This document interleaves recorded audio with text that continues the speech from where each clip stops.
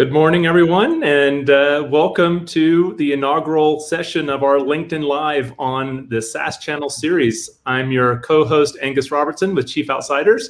Also here with me is my other co-host, of course, Teresa Carrigal, the president of AchieveUnite.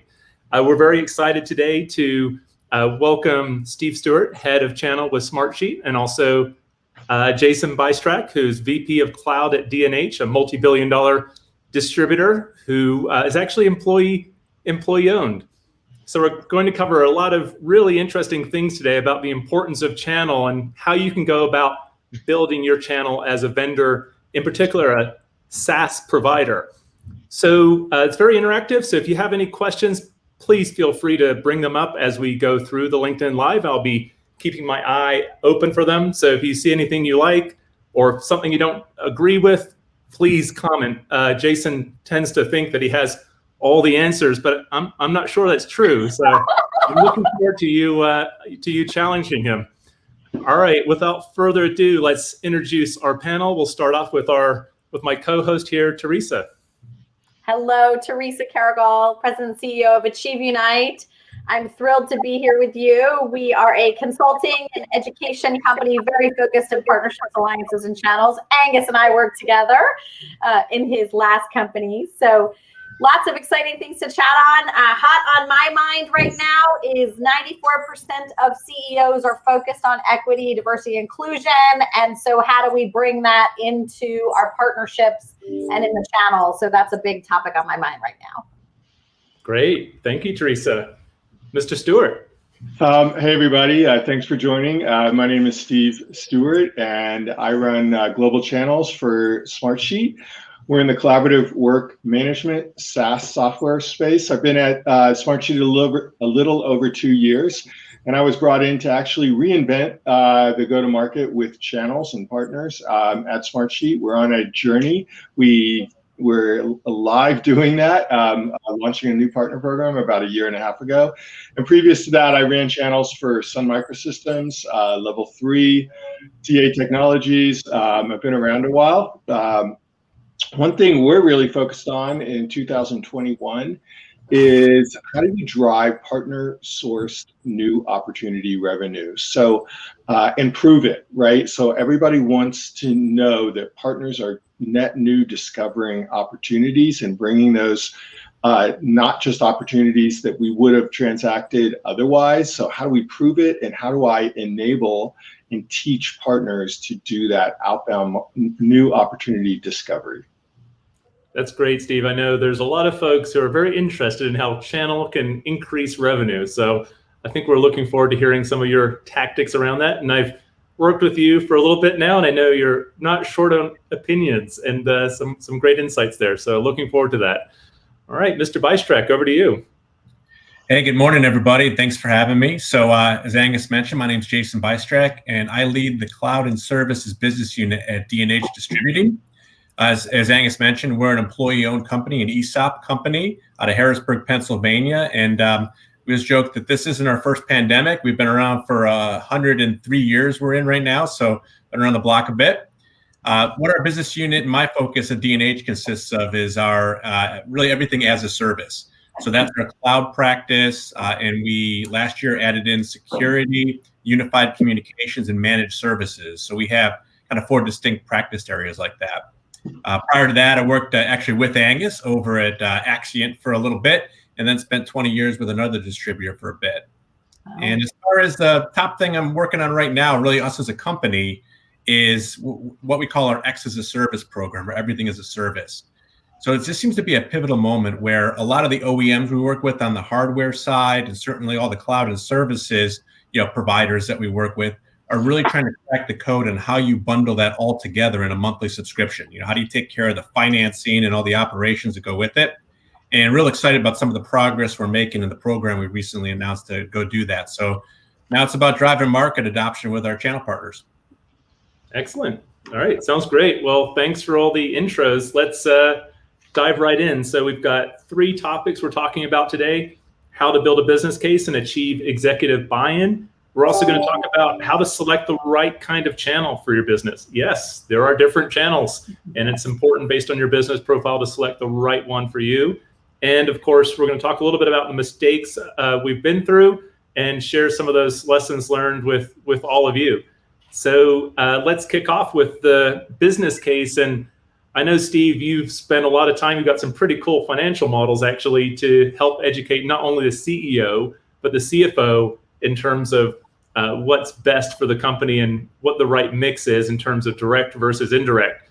But I know an area that you really focus on and care about is the partner value proposition, and that's different from the customer value proposition, right? Well, exactly. And I think what's key when architecting a SaaS channel program is to really understand what you need out of the partners. Do you need, net new opportunity discovery? Do you need tier one support of your end customers? Do you need reach into certain verticals or geographies where you haven't been in the past? Are you trying to enable an MSP business model that you can't do on your own direct because you're going to be an ingredient part in a bigger solution? So really being thoughtful about what you need out of a channel. And then the next thing that is critically important is once you've arrived at those 2 or 3 partner types, like let's say one of those partner types is I need regional SIs. I need unique regional SIs that have existing penetration in a vertical or a geography. Well, how does that partner make money? And what are you showing up with from a partner value proposition that enables that money to be made, the profit part of the equation? One challenge we have in SaaS is the actual transaction value of software is low. So if I give you 20% on an average deal size of $5,000 or $7,000, that is actually not a real interesting bucket of money to most partners.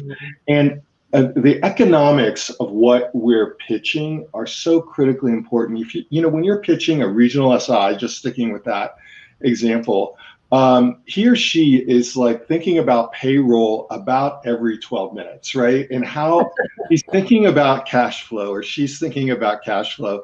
And I always coach my team that if our partner recruitment deck does not get to the how do I make money slide in the first 10 slides, we failed. Because yes, okay, there's a lot of market, size. Oh, I got a great total addressable market, and Gartner loves us, and we have this nifty program. We have a cool graphic that shows all of the entitlements on the wheel. But how do I make money? Like 20% on a average deal size of $6,000 is not that big. So you better be enabling services. You better have a hyper growth. You better be part of this really bigger equation of a software stack he's selling. So I can go into some of like what we've done, but that's the core of it. Hey, Steve, you mentioned something at the start. By the way, I agree with you even in the first 2 slides. And we definitely think about, as a CEO of a small company, you think about cash flow on a regular basis. But you mentioned something about 2 partner types, 2 or 3 partner types. Can you talk about why you said that versus 1 or more than that?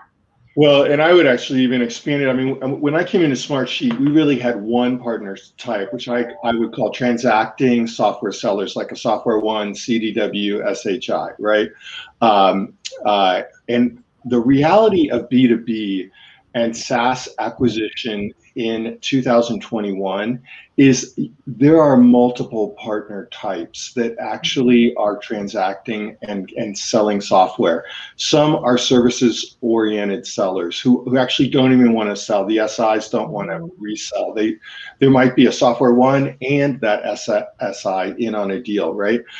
Some are boutique SIs that are just, I'm a healthcare guy. I built a unique healthcare solution on your app. I have boutique SIs, I would call them, that are like just focused on the NHS, National Health Service in the UK. And they've done a vaccine distribution solution running on Smartsheet. It's very cool.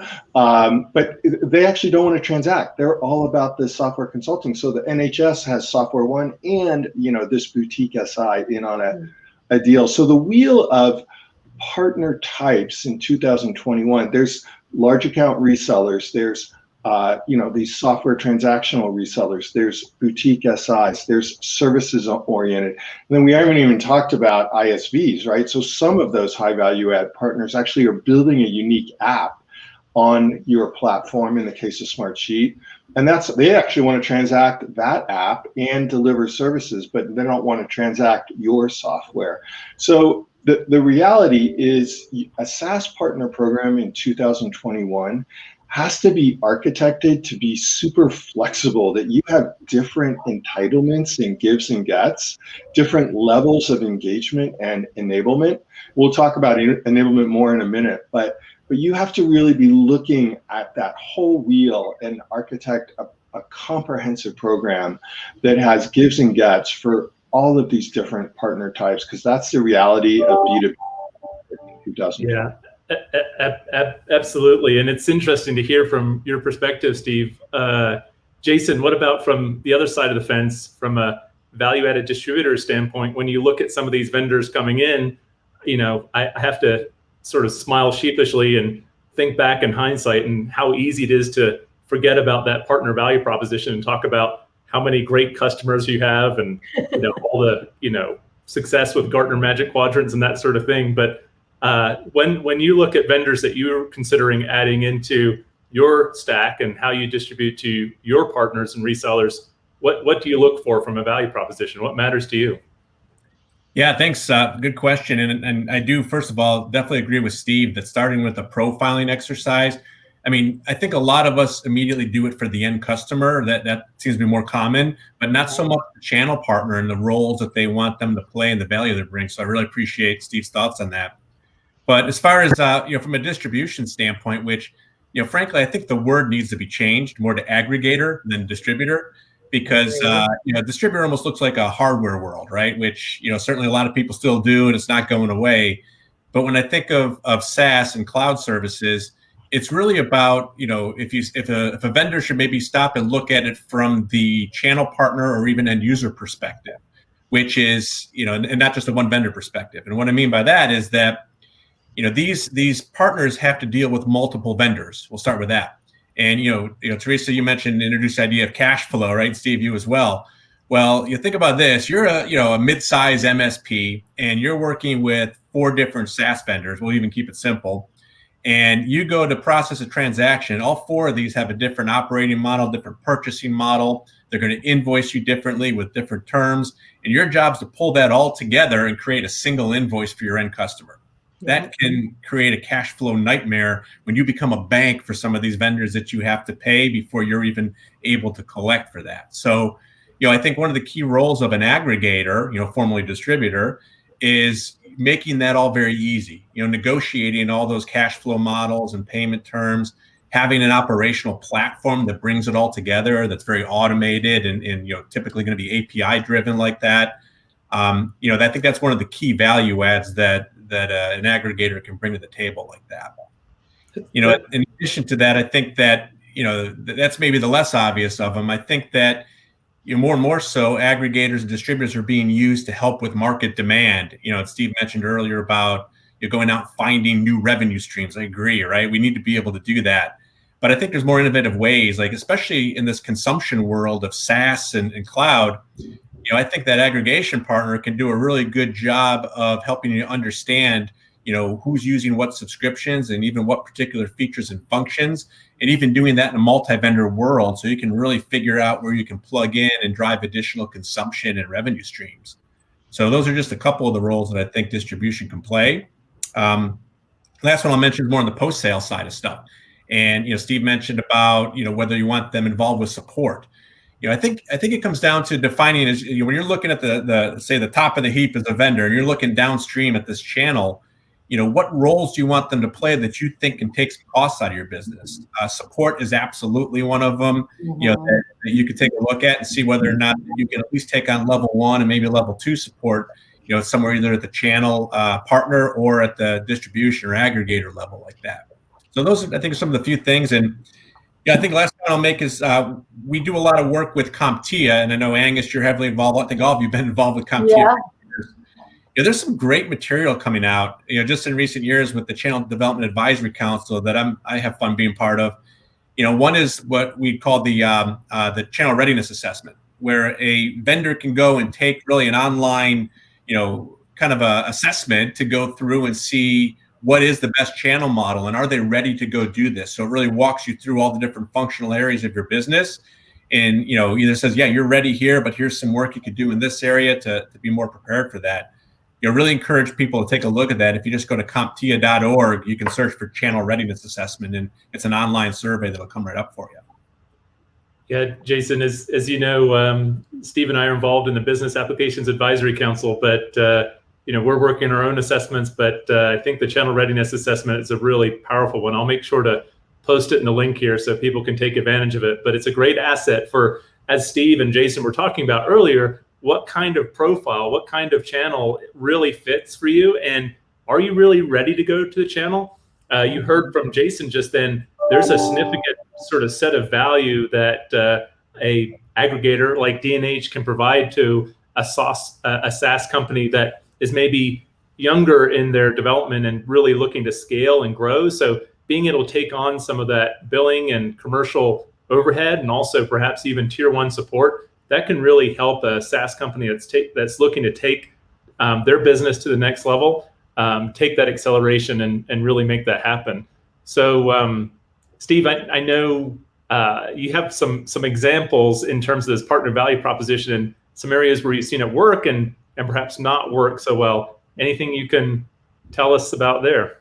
Well, I would say the most interesting slide in my partner pitch deck is when I get to a case study slide where I profile another partner and a deal he's done. And so like I have a slide in my deck, I have a really high value partner in Germany, and he did a deal with a large bicycle manufacturer in Germany. And we break down that deal, that it was a 30,000 euro deal.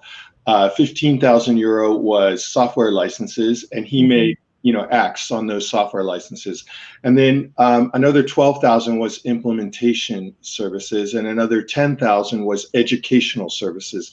And I actually break down the total margin, and then I get to a gross, margin, gross deal size and margin realized. And that is a supply chain solution. And I have about 3 use cases like that in the pitch deck that you can just tell when you're delivering it, that's when people lean in. And so you're breaking down that this isn't just about software transaction, it is about attaching services. Now, in my case, it's all about attaching services, right? Like we have really, really focused on the services attached and enabling our partner community to deliver consulting services, implementation services, and educational services. We have found that services are key to driving expansion of Smartsheet inside of end customers. So number one. Number two, we know we can't build out a Smartsheet badged services army that can get this done all around the world.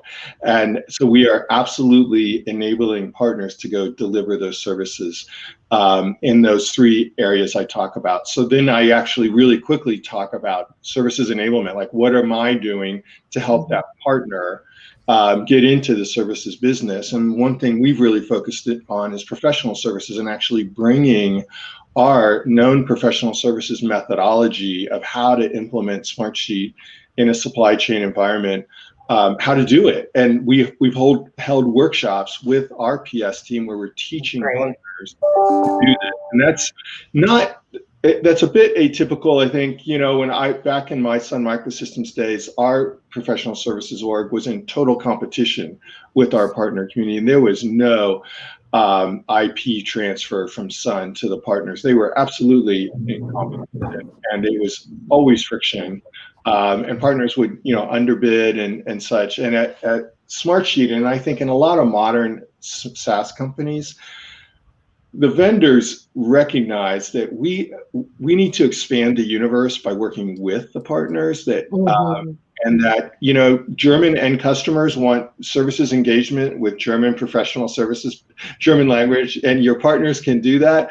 I don't have a giant army of certified architects that are Smartsheet badged that have all the European language capabilities. So just recognize it to scale, and we're all about scale at Smartsheet.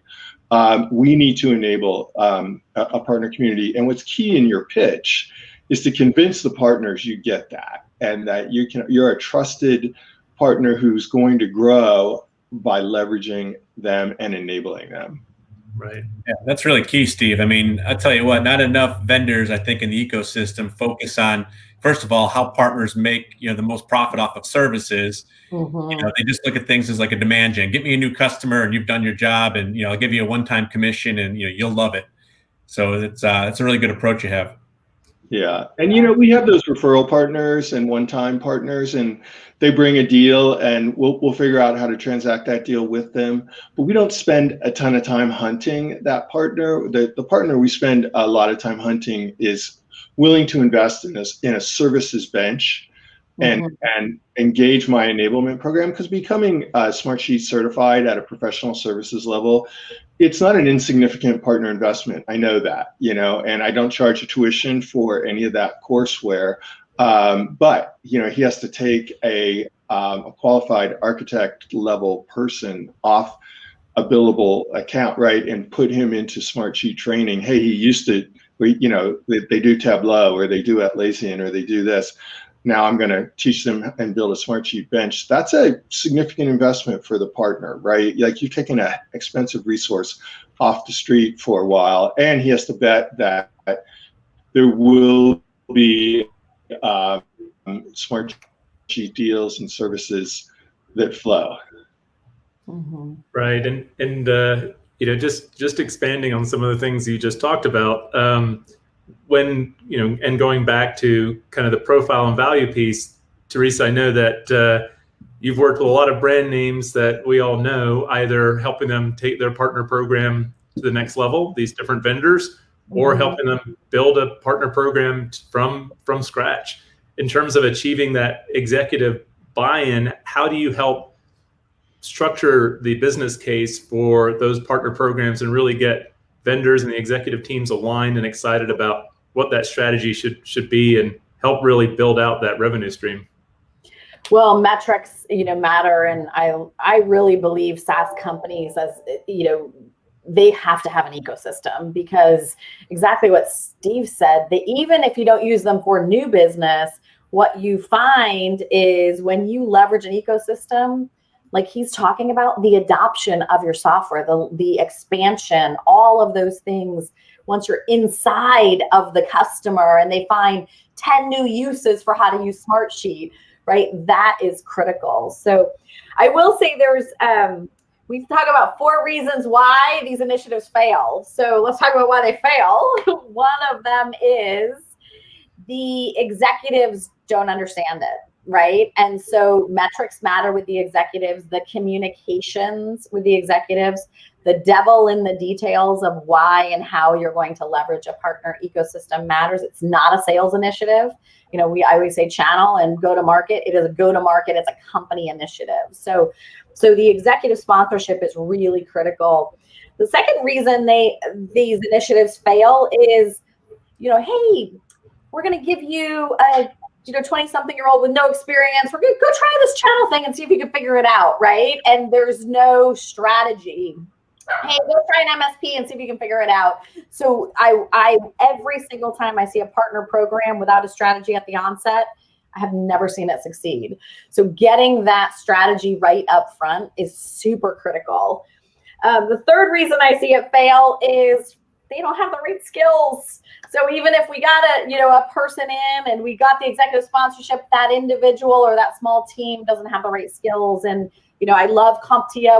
I teach the CompTIA channel management course. In fact, we have some coming up over the next couple of months. So check out CompTIA's site and please join, because they're all virtual now and they're free if you're a member. But we also teach as AchieveUnite, because CompTIA does not do this. We do how do you build your strategy and your program and everything right first time. And that's, I'll send you the website, AchieveUnite. That's our channel acceleration boot camp. So doing those, getting people invest up front so they get the skills right. And then the fourth reason I see it fail is we get too much direct indirect conflict up front, right? The direct sellers fighting with the partners, and when you're too small of a SaaS company, you get that going, you're probably destined to fail. So, and by the way, not just the channel's going to fail, could be the company fails. So I've seen that happen a lot. So those are my 4 reasons. Jason, Steve, what else?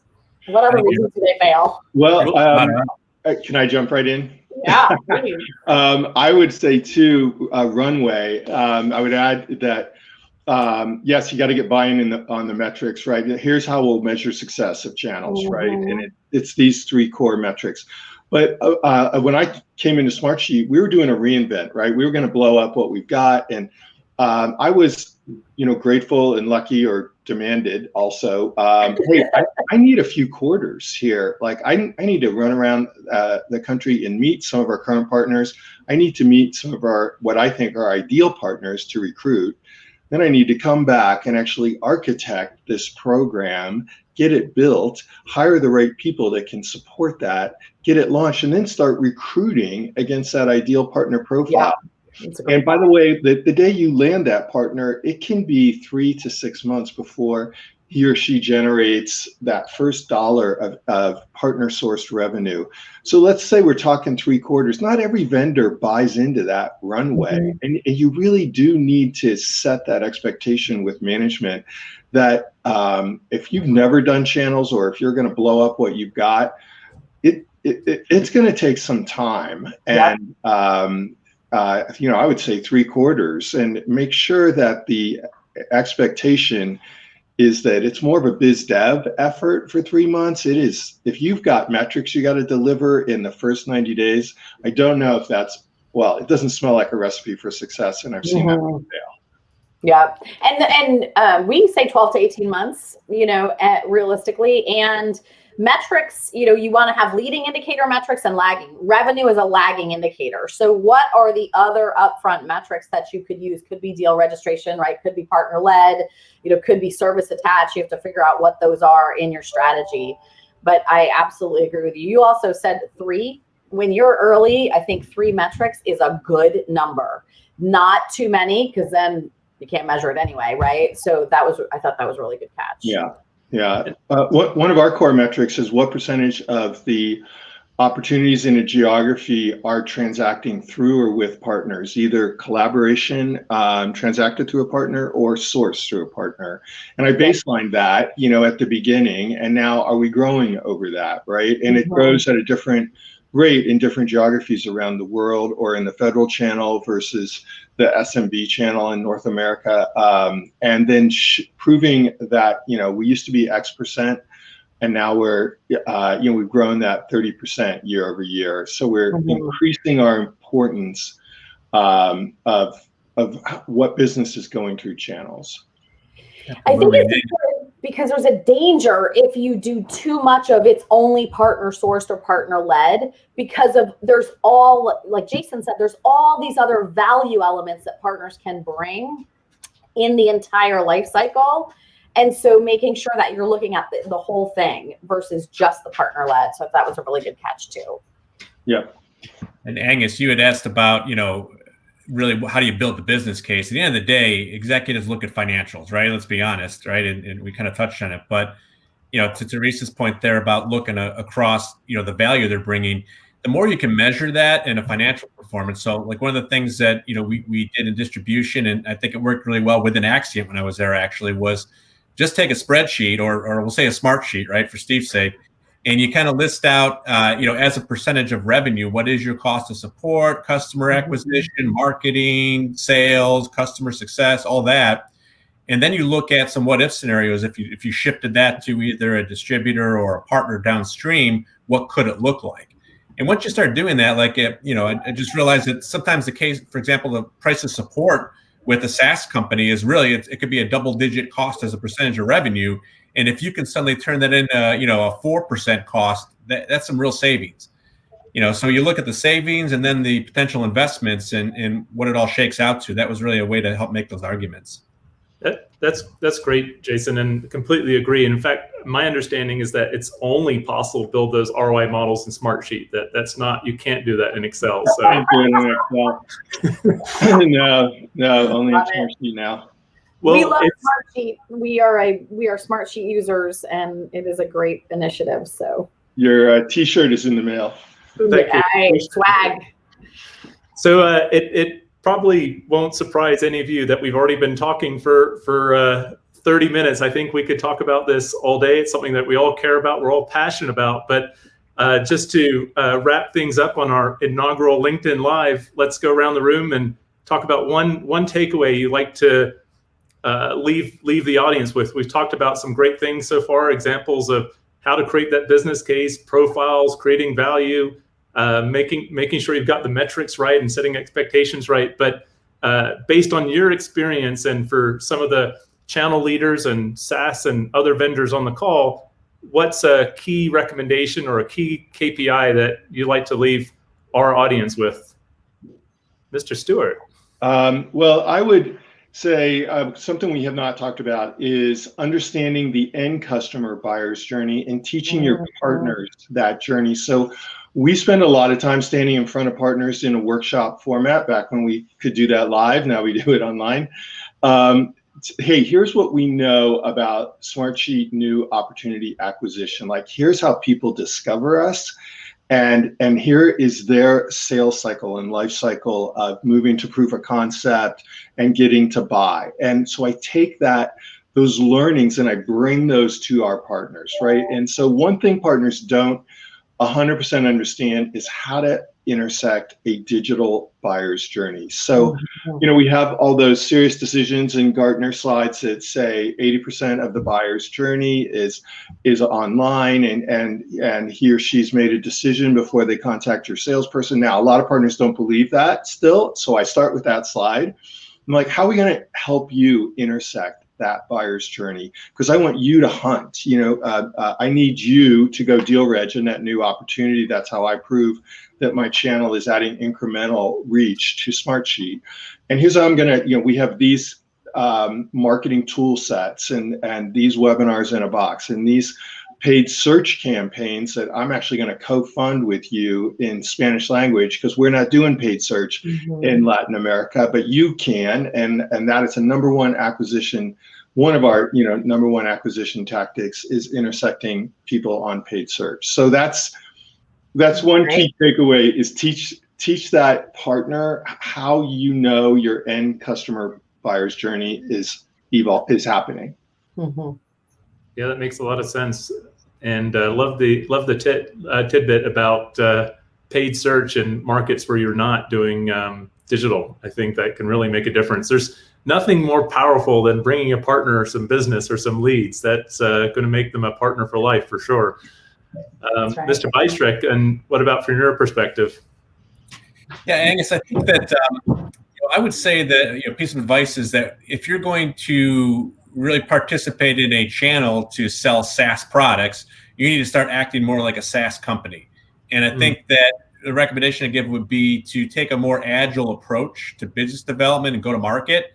In other words, it's okay to get into market, with maybe an imperfect, let's say, business model. And as long as you have processes in place to constantly receive, customer feedback, partner feedback, and make iterative improvements to your go-to-market, whether it be you've got a roadmap, how you're going to add in more value around support or new services, things like that. We're just so focused, I think, oftentimes, in a transformation journey from the channel, from kind of a finished goods type of a channel to a really a software channel, and that's where it's all going. So, again, that agile approach to go-to-market is where I would tell people to focus. Very cool. Yeah, it's a great point. Pilot, deploy, perfect.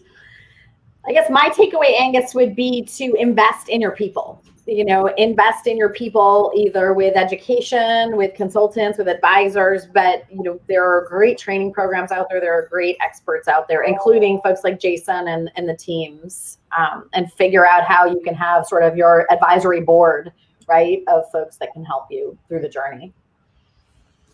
Well, thank you, Teresa, and thank you, Steve and Jason. This has been a lot of fun. I think Teresa and I love the opportunity to talk about channel whenever we can, and it's great to hear some of your insights and perspectives. So great to have you. And to our audience, What's your Teresa takeaway, and I. Angus? What's your takeaway? You didn't tell us yours. I have to go back to what Steve said. I'm a big fan of product market fit and product value proposition or partner value proposition. So really understanding not just your customer profile, but your partner profile, and not just your customer value proposition, but your partner value proposition. And if you can lead with that, you know what partners are going to really fit your business model and help you grow and scale. And then you've also got a really cool value proposition that helps them really capitalize on an opportunity they were struggling with before. It could be not necessarily really reselling your software, as Steve said, but like a services attached and really unlocking the potential. There's a lot of fun and a lot of opportunity there. And I think, as we talked about, a lot of SaaS vendors can take advantage of that and add that additional revenue stream. We call it the partner business proposition, which I cannot take credit for. It's from the godfather of channel, Ron Rohner. Steve, you probably remember Ron Rohner. But if you focus on the partner's business and all the elements, there's your equation oftentimes. So good. That was so fun. Thanks, you all. Thanks, everybody. And Teresa and I look forward to seeing everybody or the audience again in April for our next number 2 in the series of 4, where we talk about the channel ecosystem. So make sure to look out for that. All right. Thanks again, Jason and Steve, for having us. Yeah. Okay. Bye. Bye. Take care, you all. So fun. Bye-bye.